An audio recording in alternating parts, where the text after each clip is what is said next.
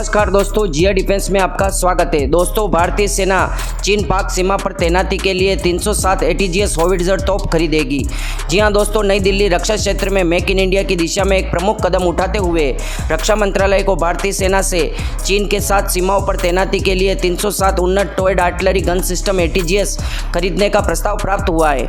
दोस्तों, भारतीय सेना से $1 बिलियन अमेरिकी डॉलर से अधिक का प्रस्ताव प्राप्त हो गया है और इस पर चर्चा चल रही है। रक्षा अधिकारियों ने NI को बताया है कि जल्द ही मंजूरी मिलने और सुरक्षा पर कैबिनेट समिति द्वारा मंजूरी के लिए भेजे जाने की उम्मीद है। उन्होंने कहा है कि स्वदेशी होविट्जर के लिए यह पहला ऑर्डर है जो करीब 50 किलोमीटर दूर तक निशाना साध सकता है और माना जाता है कि यह अपनी श्रेणी में सबसे अच्छी तोप है।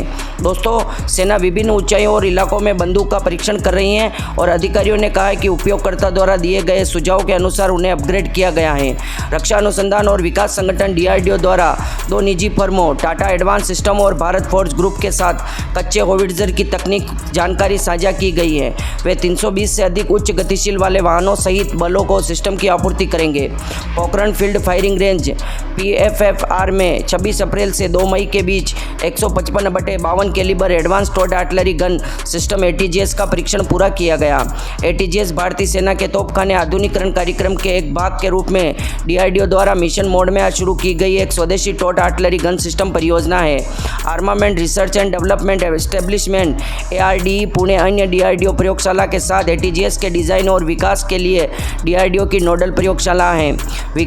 विकास 2 उद्योग भागीदार टाटा एडवांस सिस्टम लिमिटेड और भारत फोर्ज लिमिटेड के साथ साथ अन्य उद्योगों की सक्रिय भागीदारी के साथ किया गया है। पर तीव्र और निरंतर मोड सहित विभिन्न क्षेत्रों में कई राउंड फायरिंग करने के दोनों बंदूकों विश्वसनीयता साबित हुई है। DRDO ने हाल ही में कहा है कि रेंज में उच्च सटीकता, निरंतरता और अधिकतम रेंज के साथ लाइन स्थापित की गई है। दोस्तों, टाटा एडवांस सिस्टम और भारत फोर्ज द्वारा जो दोनों बंदूकें टेस्ट के लिए दी गई हैं वो पूरी तरह परीक्षण में सफल हुई है। दोस्तों, इस बंदूक ने विश्व रिकॉर्ड बनाया है। जी हां दोस्तों, यह 48 किलोमीटर से ज़्यादा 48 से 50 किलोमीटर तक गोला फेंकने में सक्षम है। इतनी दूरी किसी भी आर्टिलरी की नहीं है। दोस्तों, पहले इजराइल अपनी एटोस होविट्जर तोप को भारत में पिच कर रहा था और भारतीय सेना को भी उस तरह की तोप ही पसंद थी। पहले दोस्तों ATGS तोप पर भारतीय सेना का ज़्यादा रुख नहीं था, इसलिए उन्होंने कहा था कि इस होविट्जर का वजन ज़्यादा है। फिर DRDO ने दोस्तों इस पर रिसर्च और अपग्रेड करके इसका वजन किया गया। यह पहले फुली इलेक्ट्रिकल थी, ऑटोमेटिक सिस्टम से संपूर्ण थी, तो इसको वजन कम करने के लिए इसके ऑटोमेटिक सिस्टम को कम किया गया। जिस हिसाब से भारतीय सेना को चाहिए थी उस हिसाब से बनाया गया। उसके बाद दोस्तों इसका बैरल फट गया था एक बार, तो बैरल फटने के लगभग 2-3 साल बाद इसके लगातार परीक्षण किए गए। यहाँ तक कि सियाचिन की पहाड़ियों पर, रेगिस्तान में, हर जगह मतलब जंगल मैदान किसी भी जगह बाकी नहीं रहा कि ATGS गन का परीक्षण नहीं किया गया। पर दोस्तों ये परीक्षण में हर जगह खरी उतरी है। इसके बावजूद भी भारतीय सेना को शंका थी कि हम इसको ना खरीदें और वो इजराइल से ATGS तोप को खरीद ले। बहुत कोशिश की गई भारतीय सेना के द्वारा, पर दोस्तों हमारे रक्षा मंत्री राजनाथ सिंह जी ने कह दिया है कि लिस्ट में होविट्जर तोप की जो लिस्ट थी उससे नाम ही हटा दिया है कि खरीदना है तो केवल मेक इन इंडिया के द्वारा खरीदना है, वरना नहीं खरीदना है। दोस्तों, ये दूसरे देश की कंट्री तो अपनी होविट्जर को पिच करेंगे ही है।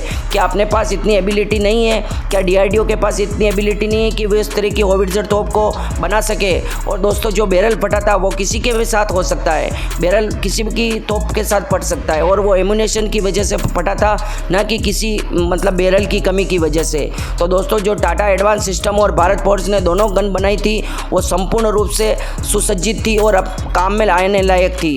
दोस्तों, उसको ऐसा रगड़ा गया कि मतलब इतने परीक्षण किए गए कि उसको पूरी तरह से निष्क्रिय करने की कोशिश की गई, पर हर जगह दोस्तों सफलता के झंडे गाड़े हैं ATGS आर्टिलरी गन ने।